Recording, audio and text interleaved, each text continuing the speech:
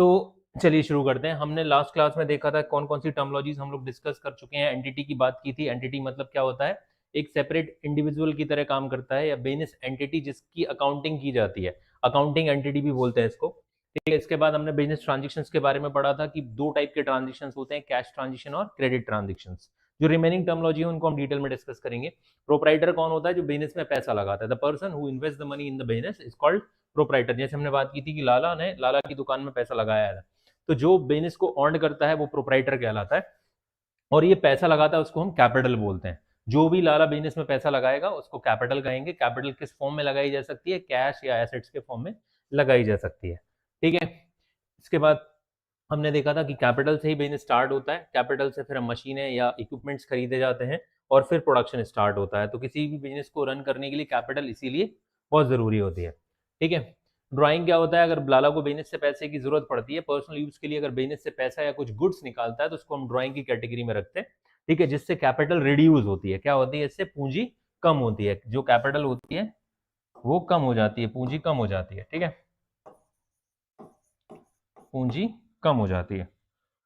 Assets क्या होती हैं, एसेट्स जो बिजनेस के रिसोर्सेज होते हैं, जो इकोनॉमिक बेनिफिट प्रोवाइड करती हैं, उनको हम एसेट्स कहते हैं। दो कैटेगरी में बांटा था, नॉन करंट एसेट्स और करंट एसेट्स। करंट एसेट्स में हमने बहुत सारे एसेट्स को हमने डिस्कस भी किया था, लाइक हम आगे भी डिस्कस करेंगे। डेटर्स होते हैं, कैश होता है, ठीक है, बिल्स रिसेबल्स होते हैं, और भी कुछ चीज़ें होती हैं। ठीक है, उनको हम आगे डिटेल में डिस्कस करेंगे। जिन चीज़ों से हम बिजनेस करते हैं नॉर्मली वो एसेट होती हैं। ठीक है, टेंजिबल और इंटेंजिबल दो कैटेगरी में फिक्स एसेट्स को बांटते हैं। करंट एसेट्स जैसे कि कैश, डेटर्स, बिल्स रिसीवेबल वगैरह, ये हमारे लेस देन 1 ईयर के लिए होती हैं। और जो नॉन करंट एसेट्स होती हैं, इनको फिक्स एसेट्स भी कह सकते हैं, ये 1 साल से ज्यादा के लिए होती है। ठीक है, ये 1 साल से ज्यादा हमको बेनिफिट प्रोवाइड करती है। जैसे नॉन करंट एसेट्स में बिल्डिंग है, मशीनरी है, प्लांट है, इक्विपमेंट्स है, ये सब नॉन करंट एसेट्स आते हैं। करंट एसेट्स में नॉर्मली हमारे पास डेटर और स्टॉक, ये यहाँ पर दो करंट एसेट्स के नाम लिखे हैं। लाइबिलिटीज भी दो कैटेगरी में बांटी गई है, करंट एसेट्स, करंट लाइबिलिटीज और नॉन करंट लाइबिलिटीज। ऐसी लाइबिलिटीज होती क्या है, फ्यूचर ऑब्लिगेशंस जो हमको पे करने हैं, उनको हम लाइबिलिटीज बोलते हैं। ठीक है, अगर एक बंदे को एक टाइम के बाद पैसा किसी को उधार चुकाना है तो वो लाइबिलिटी है। बट दो कैटेगरी में, नॉन करंट और करंट। करंट लाइबिलिटीज वो होती हैं जिनका सेटलमेंट 1 साल के अंदर अंदर करना होता है। विद इन 1 ईयर जिनका सेटलमेंट करना है वो करंट लाइबिलिटीज होती है। 1 साल के बाहर जिनका सेटलमेंट करना है वो नॉन करंट लाइबिलिटीज होती है। ठीक है, आगे बढ़ते हैं। ये हमने देख लिया था। नॉन करंट लाइबिलिटी एक वर्ष से अधिक बाद के लिए पेबल होती है, जैसे हमने लोन वगैरह लिया, बैंक से लोन वगैरह। ठीक है, करंट लाइबिलिटी जो 1 साल से अंदर, जैसे हमने किसी से उधार सामान खरीदा है।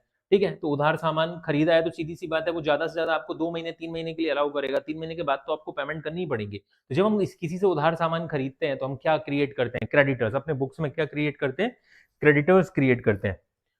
गुड्स क्या होता है, जिसमें बिजनेस डील करता है, उसको हम गुड्स कहते हैं। गुड्स को हमने 5 डिफरेंट डिफरेंट पार्ट्स में हमने पढ़ा था। गुड्स जब खरीदा जाता है बेचने के लिए तो उसे परचेज कहते हैं, जब बेचा जाता है तो सेल्स कहते हैं। बेचकर जब कस्टमर हमारे पास वापस पटक जाता है तो उसको हम सेल्स रिटर्न या रिटर्न इनवर्ड्स कहते हैं। जब हम गुड्स को खरीद के वापस फेंक देते हैं या वापस कर देते हैं सप्लायर को, तो उसको हम परचेज रिटर्न कहते हैं। और जो नेट सेल्स और नेट परचेज का जो डिफरेंस होता है उसको हम नॉर्मली स्टॉक कहते हैं। अकाउंटिंग पॉइंट ऑफ व्यू से दो टाइप के होते हैं स्टॉक, 31 मार्च को या एंड ऑफ द डे या end of the quarter, end of the month जो बच जाता है उसको क्लोजिंग स्टॉक बोलते हैं। और अगले ही नेक्स्ट डे मॉर्निंग में वो क्या बन जाता है, ओपनिंग स्टॉक बन जाता है। नॉर्मली अकाउंटिंग के हिसाब से देखें तो 31 मार्च को जो भी स्टॉक हमारे पास रहता है उसको हम क्लोजिंग स्टॉक कहेंगे, और अगले दिन वही क्या बन जाएगा, ओपनिंग स्टॉक बन जाएगा। और स्टॉक को अगर वेराइटी के पॉइंट ऑफ व्यू से देखें तो मैन्युफैक्चरर के यहाँ पर रॉ मटेरियल का स्टॉक हो सकता है या इन्वेंट्री हो सकती है। ठीक है, गुड्स का फॉर्म हो सकता है, फिनिश गुड्स हो सकता है, WIP वर्क इन प्रोग्रेस हो सकता है, अर्ध निर्मित माल जिसको हम कहते हैं। ठीक है, तो ये मैंने पूरा आपको कंप्लीट कॉन्सेप्ट, अगर आपने लास्ट क्लास नहीं देखी है तो डिटेल में जाके आप हमारी जो लाइव क्लास की सीरीज है उसमें लेक्चर 2 ध्यान से देख लीजिएगा। ठीक है, ये लेक्चर 3 है हमारा। परचेज, ये सब मैं आपको बता चुका हूँ। परचेज है, sales return, purchase return, stock. ठीक है, डिस्काउंट हमने बात की थी। डिस्काउंट दो तरीके के होते हैं, trade discount and cash discount. Sales को प्रमोट करने के लिए एक होलसेलर अपने रिटेलर को गुड्स को MRP से कम दामों पर बेचता है। ठीक है, और इसकी एक पॉलिसी होती है कि हर रिटेलर को हम 20% डिस्काउंट देते हैं, एक कॉमन डिस्काउंट, इसको बोलते हैं ट्रेड डिस्काउंट। लेकिन फास्ट रिकवरी के लिए, फास्ट पेमेंट के लिए अगर किसी को फर्दर एक और डिस्काउंट दिया जा रहा है ताकि जल्दी पैसा आ जाए रिटेलर से, या हमारे बायर हमको जल्दी पैसा देते हैं जिनको हमने क्रेडिट पे सेल किया है, तो फास्ट रिकवरी के लिए जो एक और डिस्काउंट दिया जाता है उसको हम कैश डिस्काउंट बोलते हैं। कैश डिस्काउंट को बुक्स ऑफ अकाउंट्स में क्या किया जाता है, रिकॉर्ड किया जाता है।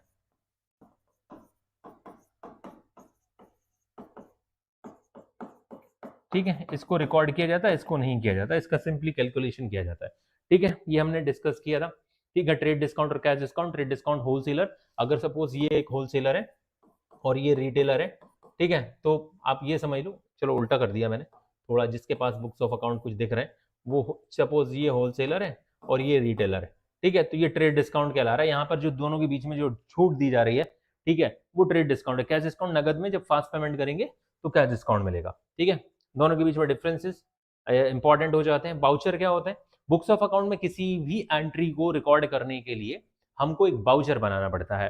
ठीक है, अगर किसी ट्रांजेक्शन को डेबिट करना है तो डेबिट बाउचर या क्रेडिट बाउचर आपको बनाने पड़ेंगे। ठीक है, ये एविडेंस होते हैं किसी भी ट्रांजेक्शंस को बुक्स ऑफ अकाउंट में रिकॉर्ड करने के लिए।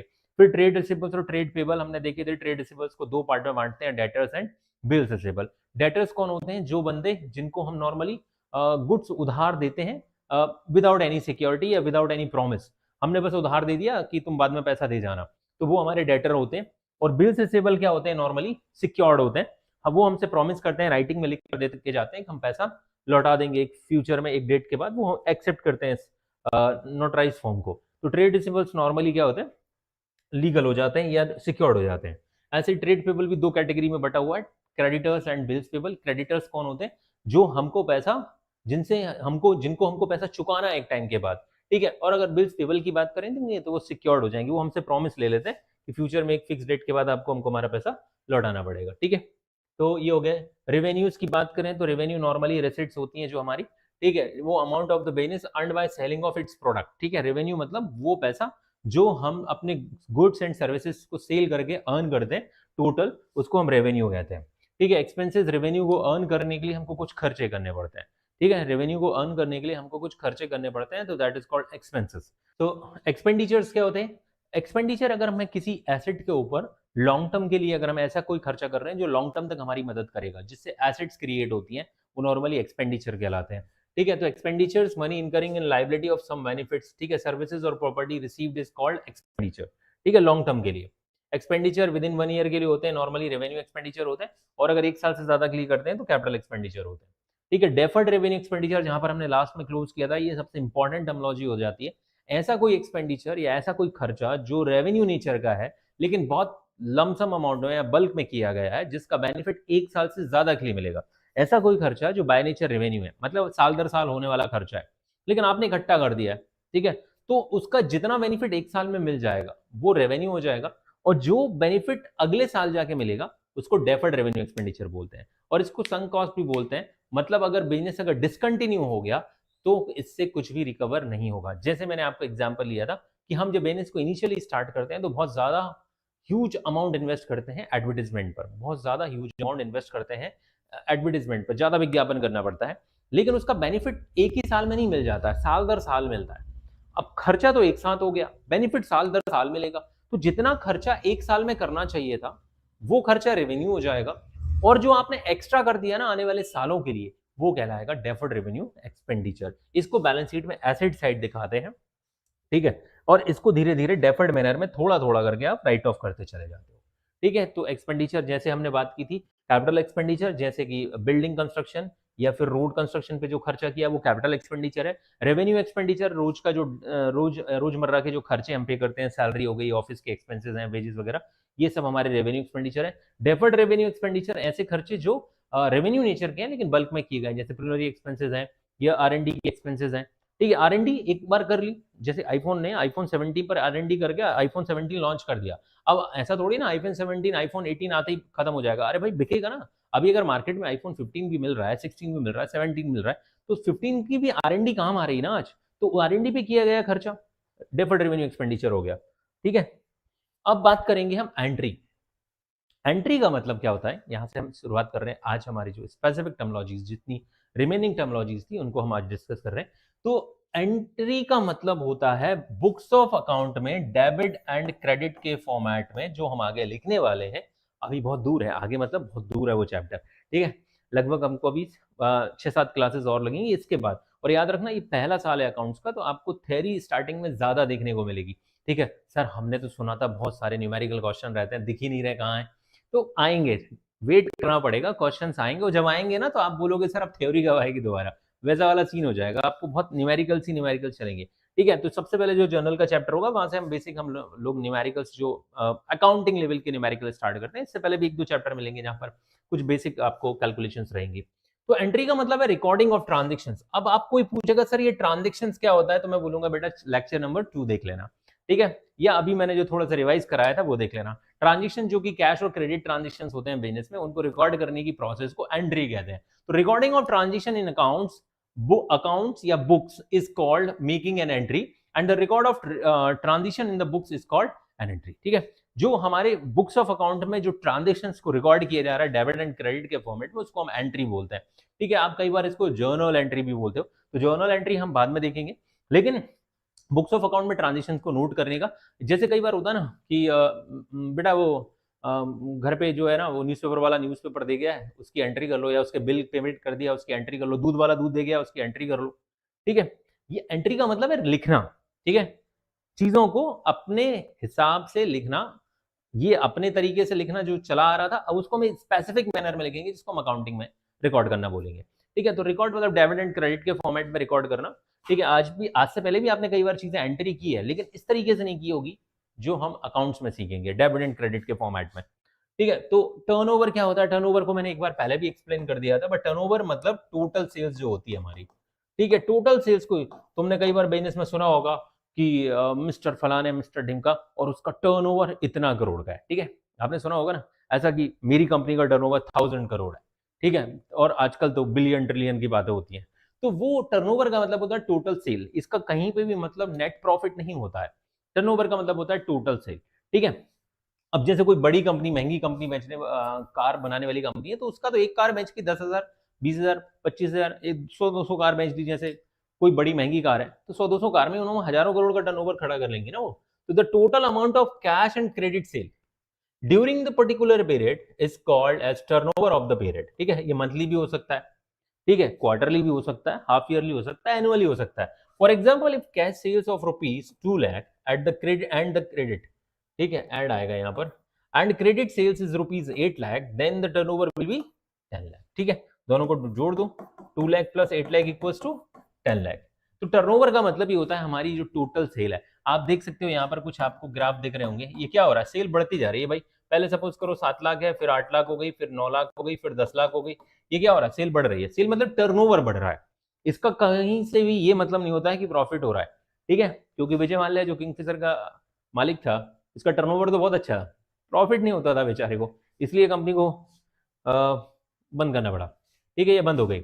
दूसरी बात है इंसॉल्वेंट। अब सिर्फ और सिर्फ टर्नओवर देख के अगर कोई बंदा बहुत खर्चे करा जा रहा है, ठीक है, लाला ने देखा मेरा टर्नओवर तो बहुत है, और लाला का बिजनेस, या हम चलो विजय माल्या से स्टार्ट करते हैं कि विजय माल्या ने देखा कि मेरा टर्नओवर तो बहुत है, ठीक है। विजय माल्या क्या करता था, ऐसे रूट्स पर फ्लाइट चलाया करता था जो बिजी नहीं होते थे, ठीक है, मतलब बहुत कम फ्लाइट्स उस रूट पे चलती थी। जैसे एग्जाम्पल के तौर पे अगर मैं तुमसे बात करूं कि इंडिया की कोई छोटी सी सिटी ले लो, ठीक है, जहां पर छोटा सा एयरपोर्ट है, जैसे एमपी में एक जगह दतिया, ठीक है, नाम सुना है, मेरे को पता है कि वहां एयरपोर्ट है, इसलिए मैं वहां का एग्जाम्पल ले रहा हूं, दतिया। अब दतिया से बंदे ने एक फ्लाइट चलाई हुई है मुंबई के लिए, ठीक है, एग्जाम्पल के तौर पे बता रहा हूं, दतिया सिटी है एमपी में, दतिया से आपने मुंबई के लिए फ्लाइट चलाई हुई है। अब माना कि मुंबई एक बड़ा इंटरनेशनल एयरपोर्ट है, बट दतिया नहीं है ना भाई। अब फ्लाइट लौट के कहां से आती है, मुंबई से दतिया और दतिया से मुंबई, ठीक है। अब सोचो आपकी इंडिया में बहुत सारी जगह जहां से डायरेक्ट कनेक्टिंग फ्लाइट नहीं है मुंबई के लिए, लेकिन आप चला रहे हो, ठीक है, क्योंकि आपको ये रूट खाली दिखा। अरे रूट खाली दिखने से नहीं होता मेरे भाई, वहां पे ये भी देखना कि सवारी मुंबई जाने की मिल रही है कि नहीं मिल रही। अब इसकी वजह से क्या हुआ, और टिकट थोड़ी महंगी होती थी, उसको पैसा तो बहुत दिखता था आता हुआ। कैसे दिखता था, अगर सपोज करो 100 की ऑक्यूपेंसी वाले फ्लाइट है और उसकी अगर 20 सीटें भी भरा गई, और एक सीट के बदले अगर उसने 10,000 चार्ज करा, चलो प्रीमियम चार्ज करता था वो थोड़ा, तो 2 लाख जाने का मिल गया, 2 लाख आने का मिल गया, ठीक है, 2 लाख जाने का, 2 लाख आने का, ठीक है, 4 लाख, ठीक है। तुम्हें क्या लग रहा है 4 लाख में फ्लाइट का बिजनेस धंधा रन हो पाता है? अरे लैंडिंग चार्जेस और खड़े करने के चार्जेस, जब फ्लाइट एयरपोर्ट पे खड़ी रहती, बहुत हैवी चार्जेस लगाता है एयरपोर्ट अथॉरिटी, तो तुमको 4 लाख, और ये क्या सोचता था विजय माल्या कि 4 लाख मेरा है। एग्जाम्पल के तौर पर मैंने ऐसे बताया, ये इंटरनेशनल फ्लाइट चलाया करता था और इसकी एक एक टिकट 2-2 लाख की होती थी, लेकिन पैसेंजर 100 में से सिर्फ 20 ही मिलते थे इसको, ठीक है। अब अगर मैं इसको ऐसे ही बोलूं कि अगर थोड़ी देर के लिए चलो थोड़ी देर की जो रियलिटी थी, ठीक है, वो रियलिटी पे आते हैं कि दतिया को ना मान के कोई भी XYZ सिटी मान लेते हैं, यहां से 20 इसको पैसेंजर मिलते हैं, ठीक है, और 20 पैसेंजर का टिकट कितने का है? टिकट है 2 लाख रुपए का। तो कितना हो गया? 40 लाख जाने का हो गया, 40 लाख ही आने का हो गया, ठीक है, टोटल हो गया 80 लाख। इसको ये लगता था भाई को कि 80 लाख मेरा है, 80 लाख मेरा है, ठीक है, मैं ये टर्नओवर की बात कर रहा हूं।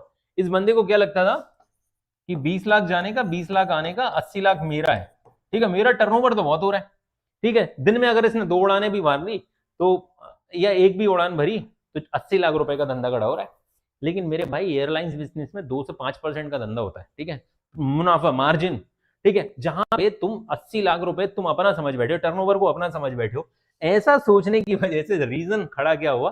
विजय माल्या इंसॉल्वेंसी, ठीक है, इंसॉल्वेंट हो गया। इंसॉल्वेंट क्या? द पर्सन जिसके टोटल एसेट कम पड़ जाए उसकी टोटल लाइबिलिटी से, ठीक है, उसको इंसॉल्वेंसी कहते हैं।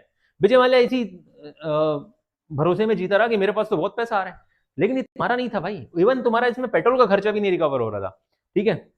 और ऐसा तो नहीं है कि भाई जो फ्लाइट उड़ाते हैं वो लोग बहुत ही कम क्वालिफाइड होते हैं, नहीं, एक्सपर्ट लोग होते हैं, पायलट की सैलरी, ठीक है, और एक पायलट नहीं उड़ाता, बहुत सारे होते हैं, ठीक है। अगर आपने कभी यात्रा की होगी तो आपने देखा होगा एक सीनियर होता है, जूनियर होता है, केबिन क्रू मेंबर्स की पूरी कंप्लीट एयर हॉस्टेस होती हैं, और उन सब की सैलरी बहुत ज्यादा होती है, ठीक है। तो इंसॉल्वेंट का मतलब वही हो गया कि जिस बंदे की एसेट्स कम पड़ जाए और लाइबिलिटी ज्यादा हो जाए, यानी दायित्व ज्यादा हो गए, संपत्तियां कम पड़ जाए, उसको इंसॉल्वेंट बोलते हैं। और इसकी वजह से क्या होता है? बैंकरप्सी। और विजय माल्या के साथ भी कुछ ऐसा ही हुआ था, बैंकरप्ट हो गया था बंदा, ठीक है, और फिर वो भाग गया लंदन। तो a person is said to be an insolvent. लेकिन बैंकरप्सी के लिए सिर्फ और सिर्फ ऐसा नहीं है कि किसी भी बंदे ने खुद ही अनाउंस कर लिया कि मैं बैंकरप्ट हो गया।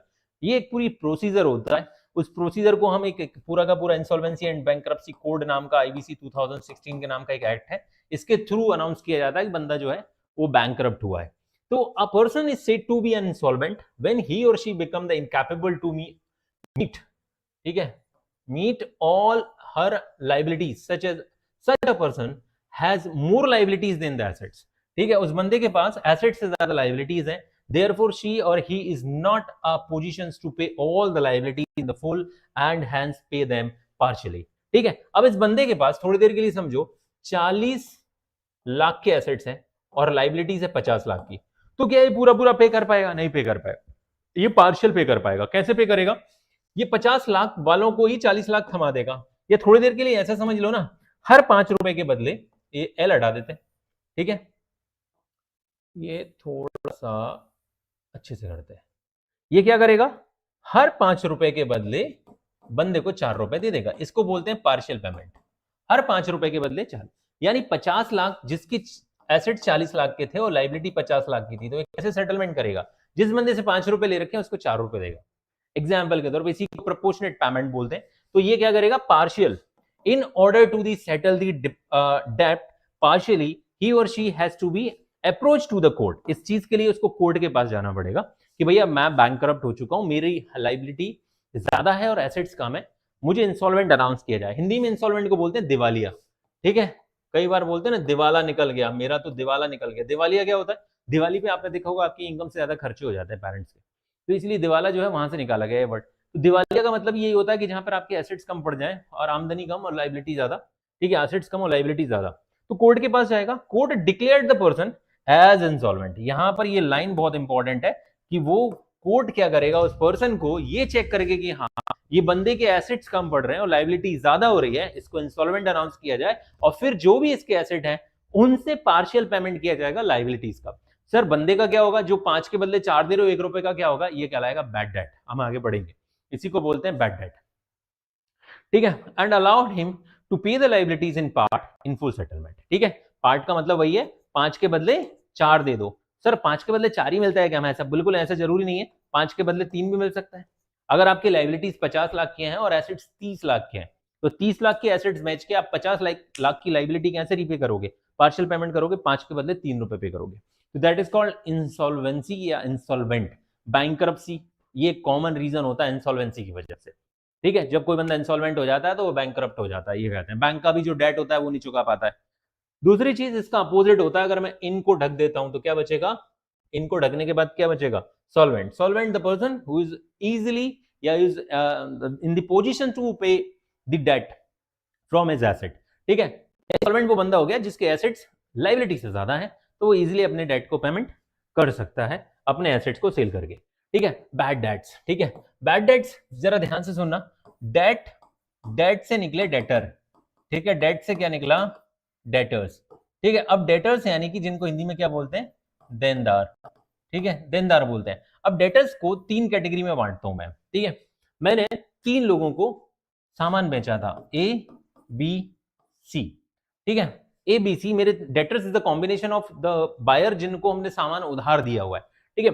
अब ए ने क्या बोला कि मैं तो पैसा नहीं दे पाऊंगा, ठीक है, ए पैसा खाकर भाग गया, तो ये कहलाता है बैड, ठीक है, खराब बंदा।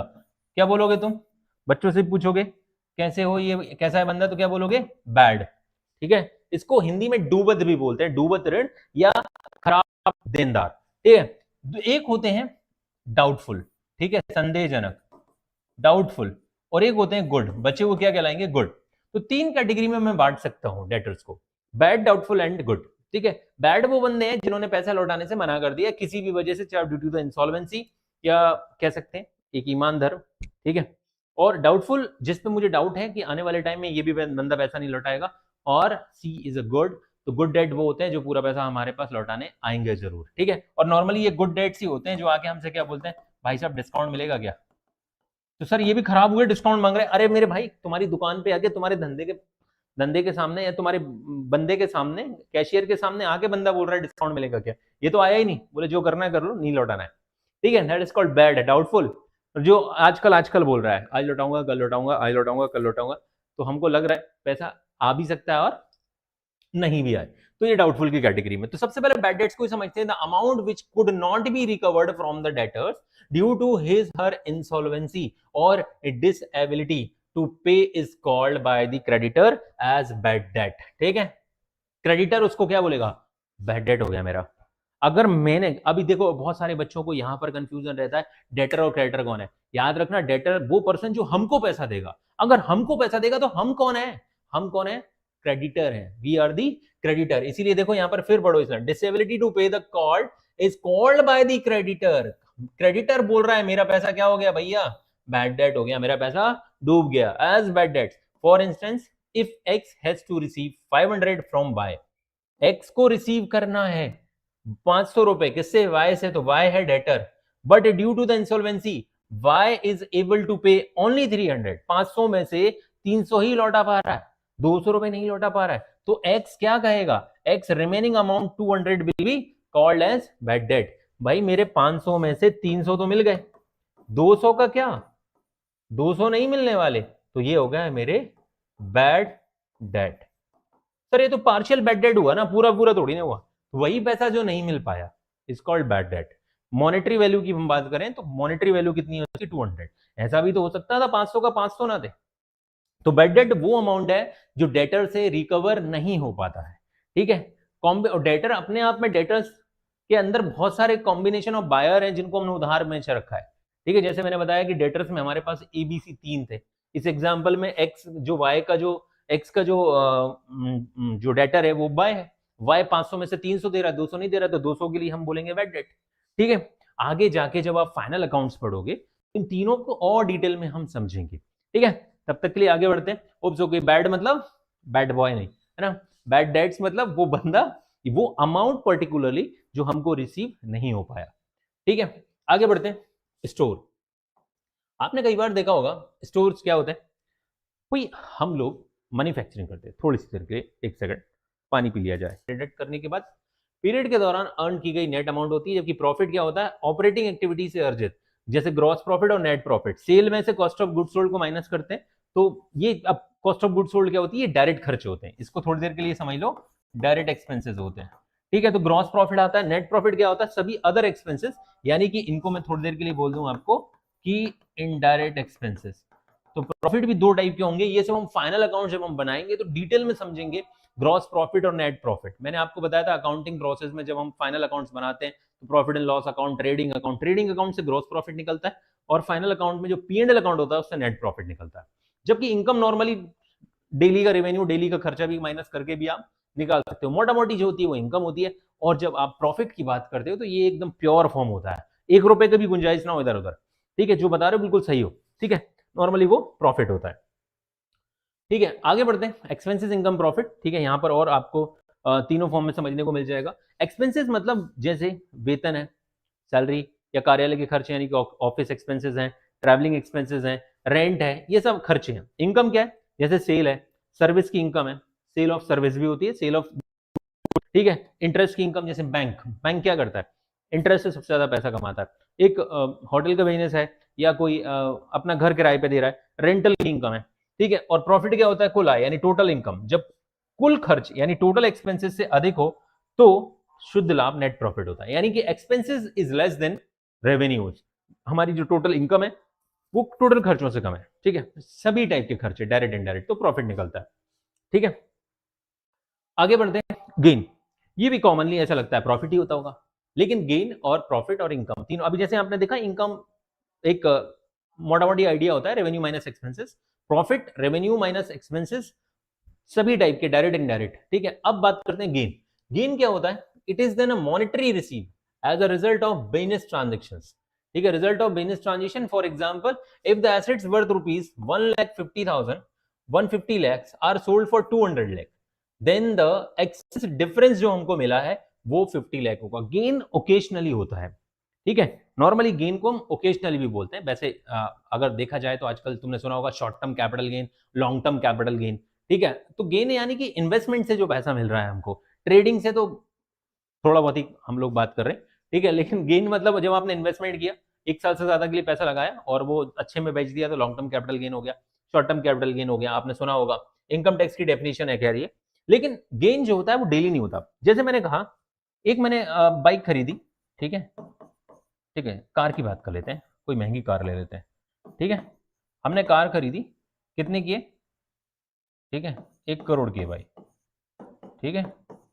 1 CR की हमने एक कार खरीदी, इसको यूज किया 4 years, 4 साल के बाद बताओ कितनी कीमत बचेगी इसकी, ठीक है, 4 चूड़ी वाली है, ठीक है, कौन सी कार है, 4 चूड़ी वाली ऑडी, ठीक है, 4 साल बाद इसकी कीमत कितनी बची, एग्जाम्पल के तौर पे हमने इसकी कीमत कर ली 50 लाख, ठीक है, हमारे हिसाब से 50 लाख होनी चाहिए, बुक्स ऑफ अकाउंट में ये 50 लाख की दिख रही है, सर बुक्स ऑफ अकाउंट में ऑटोमेटिक कम कैसे हो गई, इस पे हमने डेप्रिसिएशन लगाया हर साल, ठीक है, डेप्रिसिएशन लगा के उसको हमने कितने का बचाया, 50 लाख का ये हमारा एसेट्स बचा है।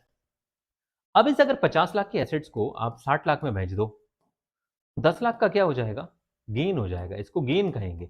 ये रोज रोज का काम नहीं है हमारा, किसी एसेट्स को जिसको यूज करके आपने बेचा है उस पर गेन होगा, या उस पर लॉस भी हो सकता है, ऐसा भी तो हो सकता है यही एसेट्स हमारी 45 लाख में बिके, तो या इस केस में जो 5 लाख का क्या हो जाएगा, लॉस हो जाएगा, ठीक है। तो लॉस कॉमन वर्ड है, बट गेन का मतलब कहीं ना कहीं किसी एसेट से जुड़ा होता है, इन्वेस्टमेंट से जुड़ा होता है, कम का खरीद के ज्यादा में बेच दिया, या वैल्यू कम थी, बिका अच्छी प्राइस, तो उसको हम नॉर्मली क्या कहते हैं, गेन कहते हैं, ठीक है। आगे बढ़ते हैं, loss, when expenses, loss commonly use होता है if your revenue is less than expenses, then again loss हो गया। When overall income less than overall expenses, then loss हो जाता है, ठीक है। तो एक्सपेंसेस का मतलब when expenses incurred are more than revenue, ठीक है, आपके जो एक्सपेंसेस हैं वो ज्यादा हैं किससे, रेवेन्यू से। रेवेन्यू 50 लाख का है, अभी थोड़ी देर पहले जैसे मैंने विजयवाला का एग्जांपल लिया था, 50 लाख का रेवेन्यू है, खर्चे हो गए 60 लाख, ठीक है, तो भाई यहां पर आप क्या बोलोगे, 10 lakh.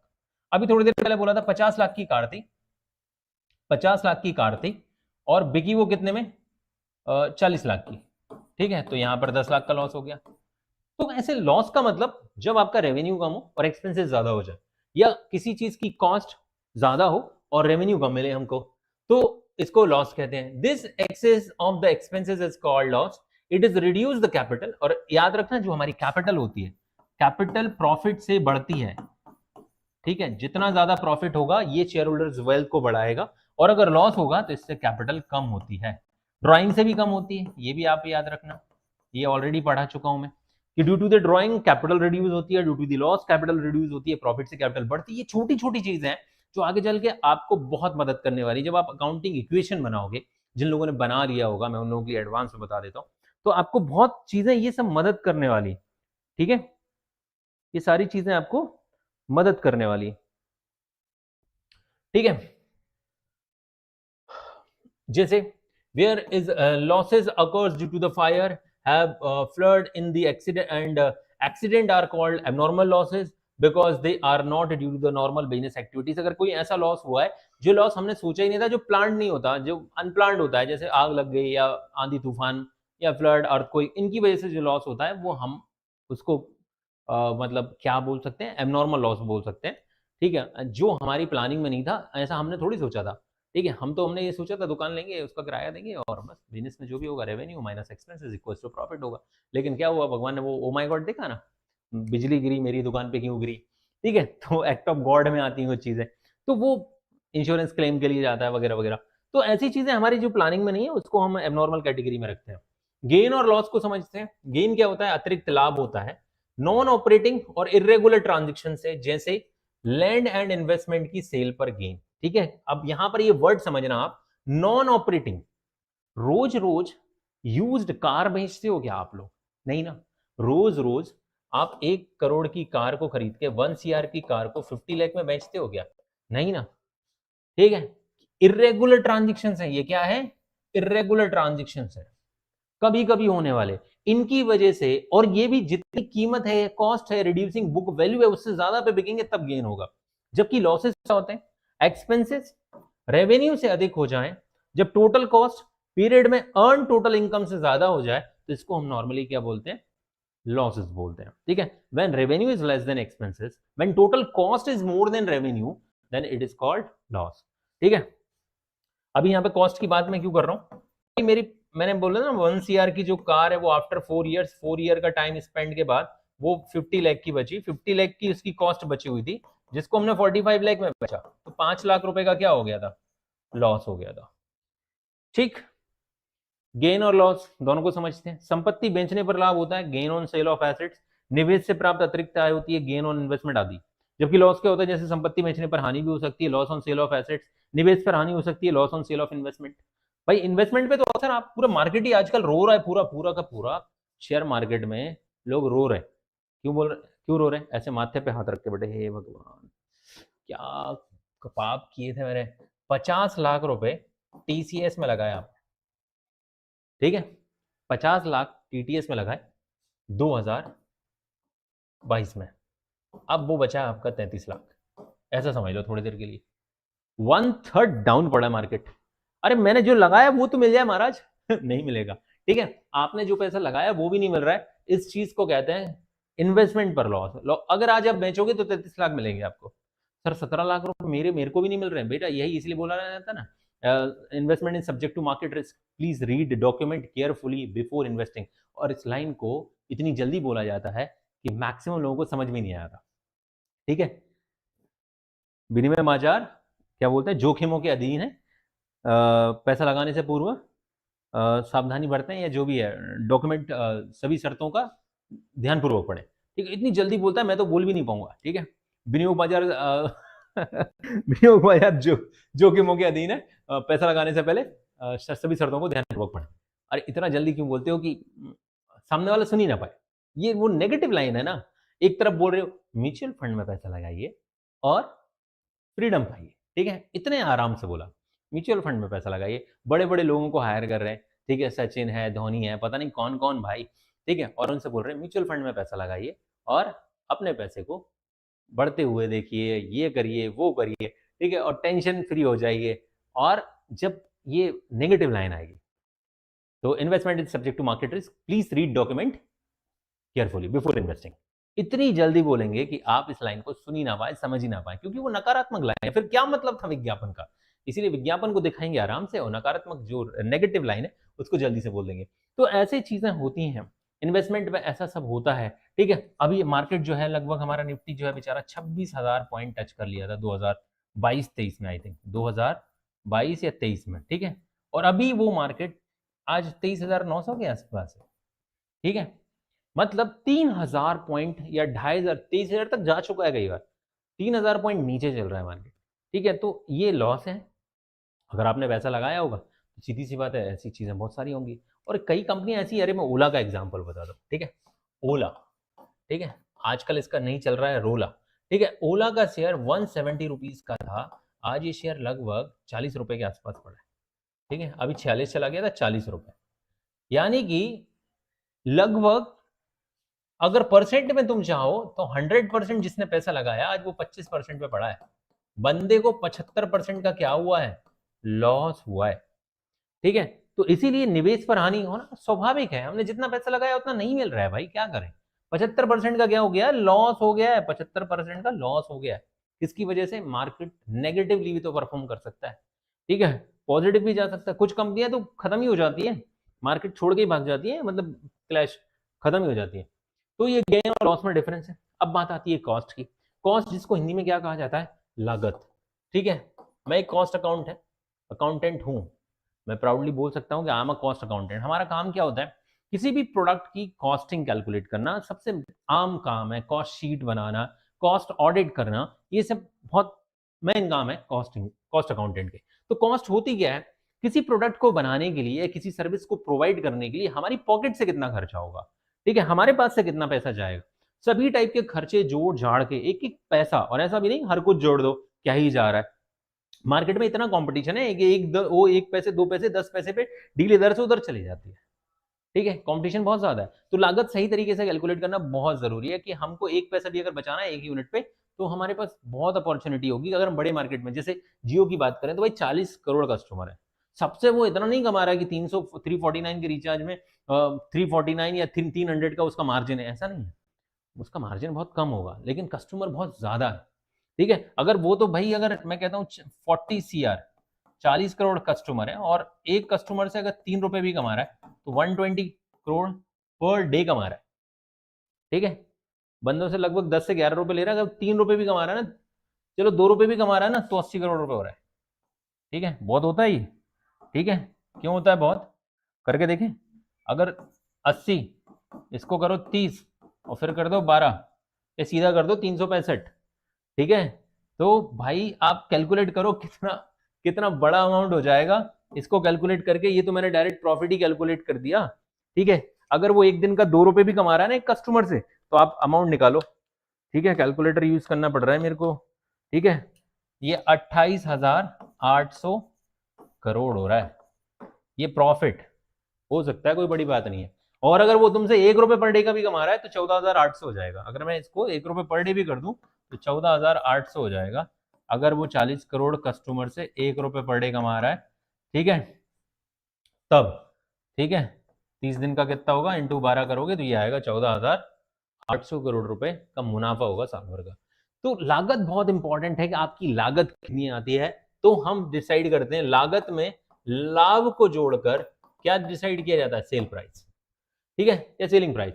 Total of direct and indirect expenses which are incurred for the production of goods और services like cost of raw material, labour expenses and cost of other services used to make the article is called its total cost, ठीक है। Direct indirect cost पूरा का पूरा decision making में बहुत ज्यादा useful होती है। किसी चीज का ऑर्डर एक्सेप्ट करें या रिजेक्ट करें, ये पूरा डिपेंड करता है हमारी लागत पे, ठीक है। जैसे मैंने बहुत हद तक सब कुछ, मैंने direct expenses plus indirect expenses, ठीक है, सब कुछ कैलकुलेट कर लिया कि 20 रुपए का डायरेक्ट आएगा, 30 रुपए का इनडायरेक्ट आएगा, ठीक है। चलो इसको ऐसा कर देते हैं, 30 रुपए 50 पैसे, यानी मेरी कॉस्ट होगी 50 रुपए 50 पैसे। अगर कोई बंदा बोल रहा है भैया काम तो करवाना है, ठीक है, लेकिन अगर आप 49 में कर दो तो डन करते हैं, बताओ आप 49 में डन करोगे, नहीं करोगे, ठीक है।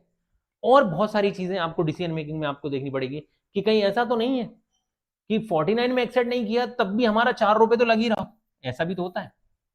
फैक्ट्री का रेंट है 4 रुपए, ठीक है, अगर मैंने 49 में अगर ये ऑफर एक्सेप्ट नहीं किया तो 4 रुपए तो जाना ही है, तो भाई ये 4 रुपए को हटाओ यहां से, क्यों जोड़ रखा है 4 रुपए को यहाँ पर, तो कितना हो जाएगा 46.5। अब तो 49 में ऑफर एक्सेप्ट कर लोगे ना, कर लेंगे सर, ठीक है, क्योंकि कुछ ना कुछ ना आना भी जाने के बराबर होता है। ये सब कॉस्टिंग में सिखाया जाता है, लागत में सिखाया जाता है कि किस तरीके से डिसीजन लेना है। सिर्फ और सिर्फ डिसीजन इस पे नहीं लेना कि हमें महंगा पड़ रहा है, कई बार ये देखो हमें महंगा पड़ रहा है लेकिन ऑफर ना एक्सेप्ट करने की वजह से और महंगा पड़ेगा, तो कर लो भाई घंटे में ही सही, ठीक है। तो बहुत सारी अपॉर्चुनिटी कॉस्ट, बहुत सारी चीजें देखनी होती है। लाइव स्टॉक क्या होता है, बड़ी आपको गाय भैंस सब दिख रही है, ठीक है, अगर नहीं दिख रही है तो मैं दिखा देता हूँ आपको, कुछ गाय है कुछ भैंस है, ठीक है। तो लाइव स्टॉक अगर सपोज करो कि आपके बिजनेस में कुछ ऐसी चीजें हैं, कुछ एनिमल्स हैं जिनका यूज करते हो आप, जिनकी वजह से बिजनेस करने में आपको मदद मिलती है, तो वो लाइव स्टॉक की कैटेगरी में आता है। तो एनिमल्स लाइक हॉर्स है, बफेलो है, काऊ है, etcetera are used by the some businesses to generate the revenue for delivering of goods are as referred as livestock. ठीक है, कई पहाड़ी एरिया में इन सब चीज़ों की जरूरत पड़ सकती है और इनसे आप गुड्स को डिलीवर करते हो, ठीक है, अल्टीमेट कंज्यूमर तक, तो ये लाइव स्टॉक की कैटेगरी में आ जाता है। ठीक है, कई बार डेड स्टॉक की भी बात होती है। डेड स्टॉक जो नॉन लिविंग थिंग्स होती है उनको हम डेड स्टॉक कहेंगे, जो फर्नीचर है, फिक्सचर है, कई बार इसको डेड स्टॉक कहा जाता है। ठीक है, तो वो मैंने यहाँ पर कवर नहीं किया क्योंकि कुछ चीज़ें ऐसी भी होती हैं जो सिलेबस में नहीं है, बुक्स में नहीं है, बट मैंने बता दी, बहुत सारी चीज़ें ऐसी बता दी, जैसे नेट परचेज नेट सेल्स नहीं था बट मैंने आपके साथ डिस्कस किया, सॉल्वेंट नहीं था बट मैंने डिस्कस किया। तो ऐसे बहुत सारी चीज़ें ऐसी डेड स्टॉक है, लाइव स्टॉक का अपोजिट हो जाता है डेड स्टॉक। ठीक है, तो वो चीज़ें जिनमें जान नहीं है, ठीक है, फर्नीचर फिक्सचर्स ये सबको डेड स्टॉक भी बोलते हैं। रिसिट्स क्या होती हैं?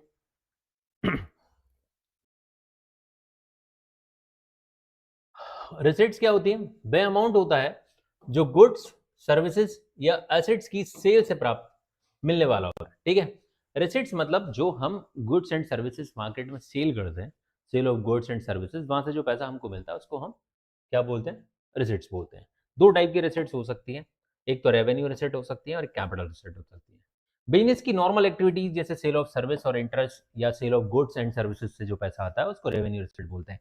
रिसिट मतलब जो पैसा हमारे पास आएगा उसको, इकोनॉमिक्स में इसको आपको काफी डिटेल में पढ़ने को मिलेगा 12th में, तो लेकिन फिर भी यहाँ पर भी क्योंकि ये कुछ बुक्स में आपको देखने को मिल जाएगा। तो revenue receipts are the receipts जो हमको रेगुलर बिजनेस एक्टिविटी से मिलती है, उनको हम रेवेन्यू रिसिट्स बोलते हैं, बिजनेस की नॉर्मल एक्टिविटी से मिलती है। कैपिटल रिसिट क्या होती है? किसी से पैसा उधार ले लेना, बल्क में आता है, ठीक है, इसकी वजह से शॉर्ट में पैसा जाता रहता है इंटरेस्ट के फॉर्म में, उसको हम कैपिटल रिसिट बोल सकते हैं। या non recurring activity, irregular activities, irregular nature की होती है, जैसे नॉन रिकरिंग नेचर होती है, जैसे असेट्स का सेल करना, लोन लेना, लोन टेकन लिखो यहाँ पे, ठीक है, या इन्वेस्टमेंट कर देना, या इन्वेस्टमेंट को सेल कर देना, ठीक है, सोल्ड आउट। ठीक है, तो इन सब चीजों को क्या बोलेंगे? Capital receipt.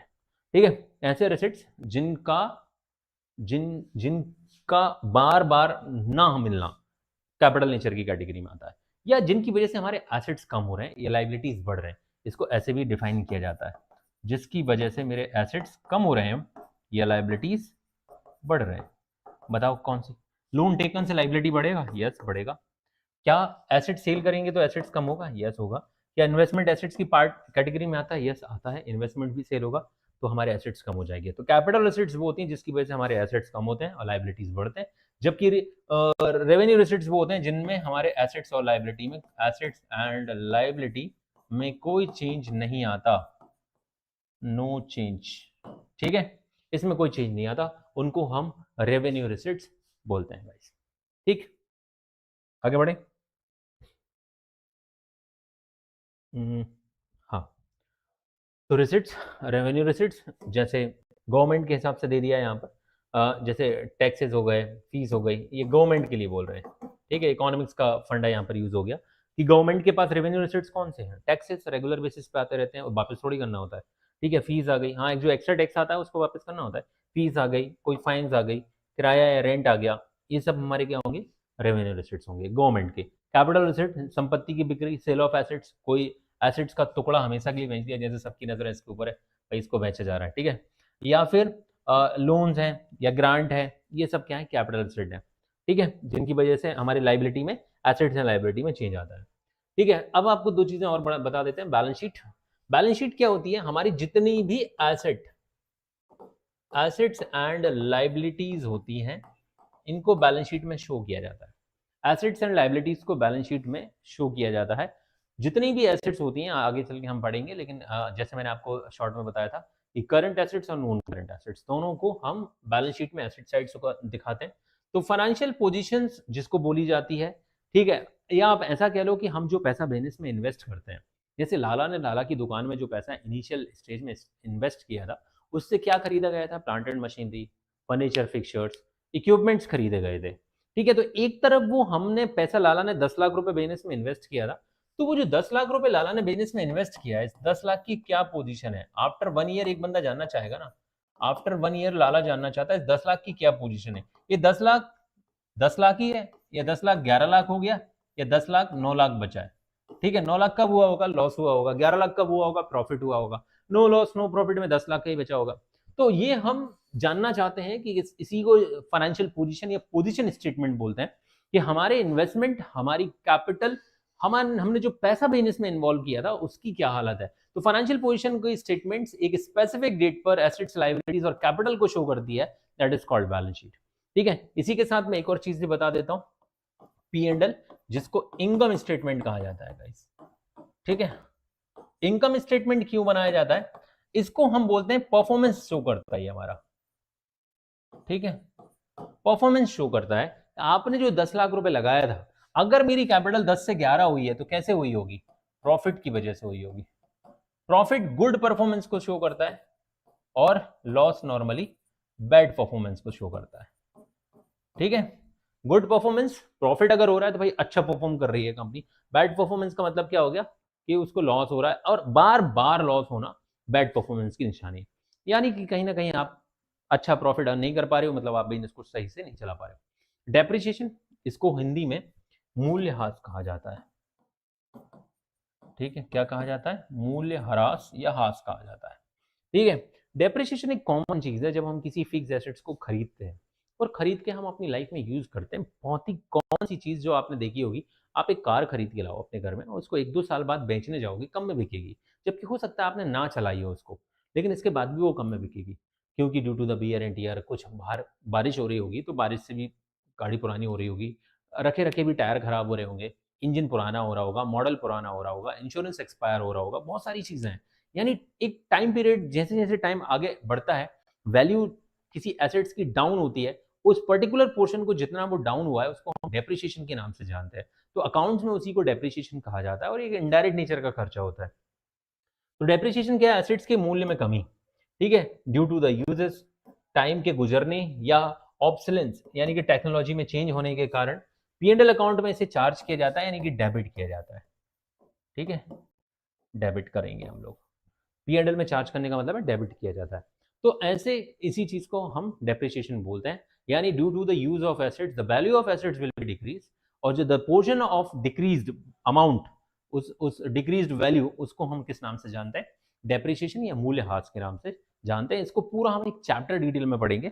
अगर किसी को अभी बहुत जल्दी हो रही है और आगे पढ़ना है तो मेरे वन शॉट वीडियोस भी अवेलेबल है हमारे चैनल पे, आप वन शॉट वीडियो देख सकते हो, जो चैप्टर 1 से लेकर लगभग चैप्टर फाइनल अकाउंट्स तक, आपके सभी चैप्टर्स का आपको एक जनरल आइडिया भी लग जाएगा, और आप बहुत हद तक, अगर आपका ग्रास्पिंग पावर अच्छा है तो आपका अकाउंट 10 से 12 घंटे में कंप्लीट भी हो जाएगा।